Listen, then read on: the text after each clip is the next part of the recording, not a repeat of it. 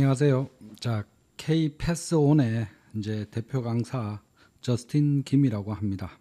리얼터에 관심이 있어서 이제 이 동영상을 보시게 될 텐데, 한국어로 이제 온타리오에서 리얼터 되는 법에 대한 이제 정보가 많이 없는 편이죠. 그래서 제가 시험을 치고 그리고 거기에 따라서 좀 더 효율적으로 할 수 있는 방법에 대해서 정보를 공유하기 위하여 이렇게 동영상을 만들게 되었습니다. 온타리오에서 리얼터가 되는 3단계로 구성이 되어져 있습니다. 자, 첫 번째로 교육을 이수하고 이제 시험을 보고, 그리고 두 번째로 취업을 브로커리지에 취업을 하고, 그리고 협회에 이제 등록을 해서 라이센스를 신청을 해야 됩니다. 그리고 난 후에 이제 보수 교육으로 이제 추가 교육을 받으시면 되겠습니다. 자, 문제가 되는 것은 이제 첫 번째로 교육을 이수하고 이제 시험을 합격을 해야 되는 거죠. 이제 여기에서 시간이 꽤 많이 소요가 될 수가 있습니다. 리얼터 라이센스는 주정부 라이센스이기 때문에 각 주마다 학교로 이관을 시켜서 학교에서 운영을 하고 있습니다. 이러한 목적은 좀 더 전문적인 인력을 양성하기 위해서 학교로 이관을 시켜 놓았습니다. 자, 그러면은 전문성을 더 강조하기 위함이기 때문에 당연히 시험이 좀 어려울 수 있죠. 예전에는 시험이 생각보다는 이제 좀 쉬운 편이었는데, 이제 19년도 이후로부터 해서 이제 이게 이관이 되어지고 시험이 좀 더 복잡하고 어렵게, 그리고 비용도 많이 들게끔 구성을 시켜 놓았습니다. 자, 구체적으로 알아보면은 시험은 총 6번의 시험을 쳐야 됩니다. 해서 시험을 패스를 해야 되는데, 자, 코스 1을 시험을 쳐서 이제 코스 2로 넘어가고, 그리고 코스 3로 넘어가고, 그리고 난 이후에 시뮬레이션이라고 하는 이제 또 시험이 있습니다. 그러니까 이 시뮬레이션은 코스 1, 2, 3에서 공부했던 것을 이제 시나리오 베이스로 해서 롤 플레잉을 하고, 이제 거기에 따라서 역할극을 하고 이제 시험을 보고, 그리고 코스 4를 시험을 보고 그 다음에 시뮬레이션 2를 또 보게 됩니다. 그리고 코스 5는 그냥 이제 클릭해서 이제 넘어가면은 그냥 이수가 자동적으로 되어지고 있습니다. 자, 그러니까 결론적으로 총 6번의 시험을 패스를 해야 됩니다.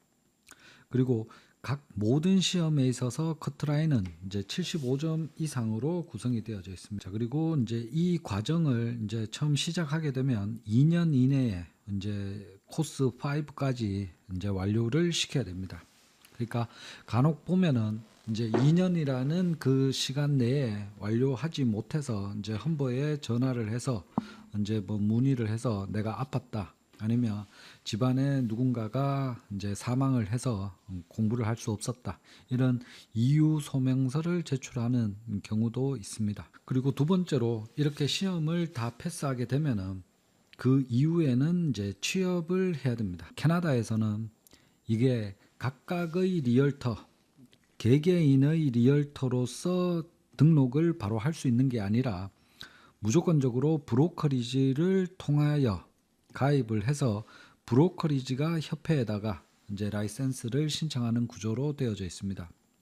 자, 이러한 이유는 한국과 사뭇 이제 다르게 구성이 되어 있죠. 한국의 경우에는 시험을 패스하면은 그냥 그 개인이 이제 사업자 등록해서 이제 라이센스를 본인이 신청해서 받아서 이제 사업을 영위를 하게 되는데, 캐나다에서는 무조건적으로 브로커리지로 들어가도록 되어져 있습니다. 그러니까 이러한 시스템은 뭐 장단점이 또 구성이 되어 있는 거죠.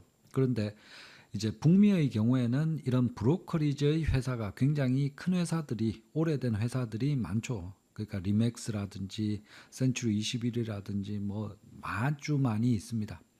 그러면 이러한 회사가 이제 로비를 또 했다고 볼 수도 있죠.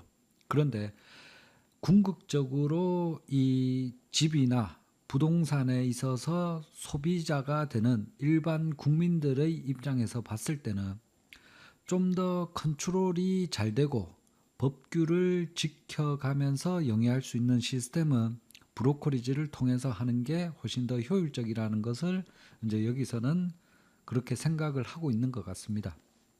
그러니까 한국에서는 전세 사기다 뭐 이런 식으로 해서 거기에 이제 세일즈 펄슨 리얼터가 개입을 해서 이제 거기에서 사건 사고가 많이 일어날 수 있다는 거죠. 그러한 리얼터를 각각 개개인으로 관리를 하려면은 굉장히 비효율적인 거죠.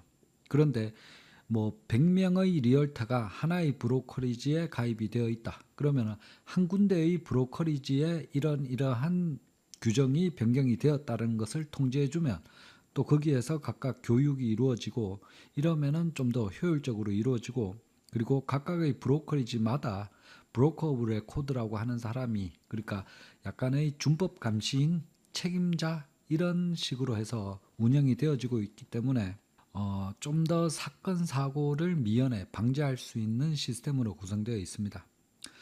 그래서 보통의 경우에는 코스 4를 시험 볼 경우에는 이제 그 이후부터는 브로커리지를 이제 서칭을 해봐야 되는 거죠. 그러니까 각각의 브로커리지마다 특성이 다 다르고 그리고 커미션에 대해서 스플릿 하는 것도 다 다르게 구성이 되어져 있습니다.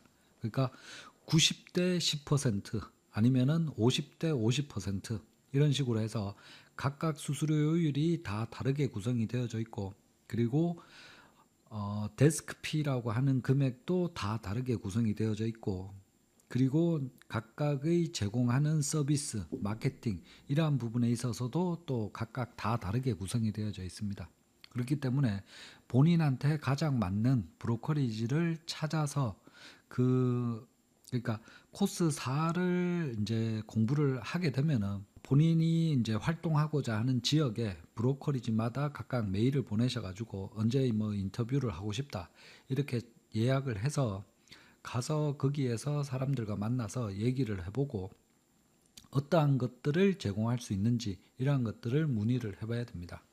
그런데 보통의 다른 취업하는 과정에 있어서의 잡 인터뷰하고 지금 여기에서 브로커리지에 들어가려고 하는 인터뷰는 사뭇 다릅니다. 왜냐하면 브로커리지 입장에서는 많은 리얼터를 데리고 있는 것이 그 브로커리지의 수익성에 훨씬 더 도움이 되기 때문에 즉 다르게 얘기해서 다단계 사업처럼 구성이 되어져 있기 때문에 한 브로커리지에서 가능한 한 많은 리얼터를 데리고 있는 것이 그 브로커리지의 수익성에 훨씬 더 도움이 되겠죠. 그렇기 때문에 여러분들이 돈을 납부하고 여러분들이 돈을 벌어줄 것이기 때문에 강력하게 어필을 해야 되는 거죠.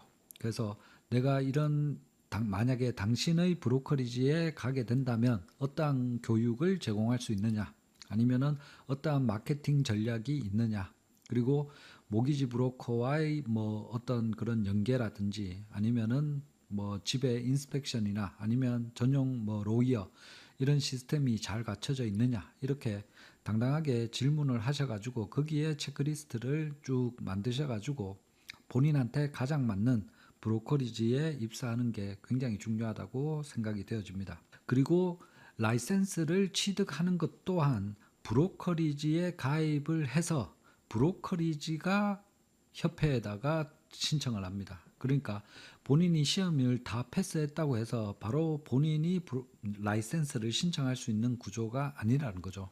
그렇기 때문에 이제 취업을 하는데 이제 브로커리지를 선정하는데 좀 더 심혈을 기울여야 되겠습니다. 그리고 이제 보수 교육은 뭐 추가적으로 또 받으시면 되겠습니다. 이렇게 해서 이제 온타리오에서 리얼터가 되는 법에 대해서 이제 간략하게 이제 말씀을 드렸습니다. 네, 그리고 다음 시간에 또 뵙도록 하겠습니다.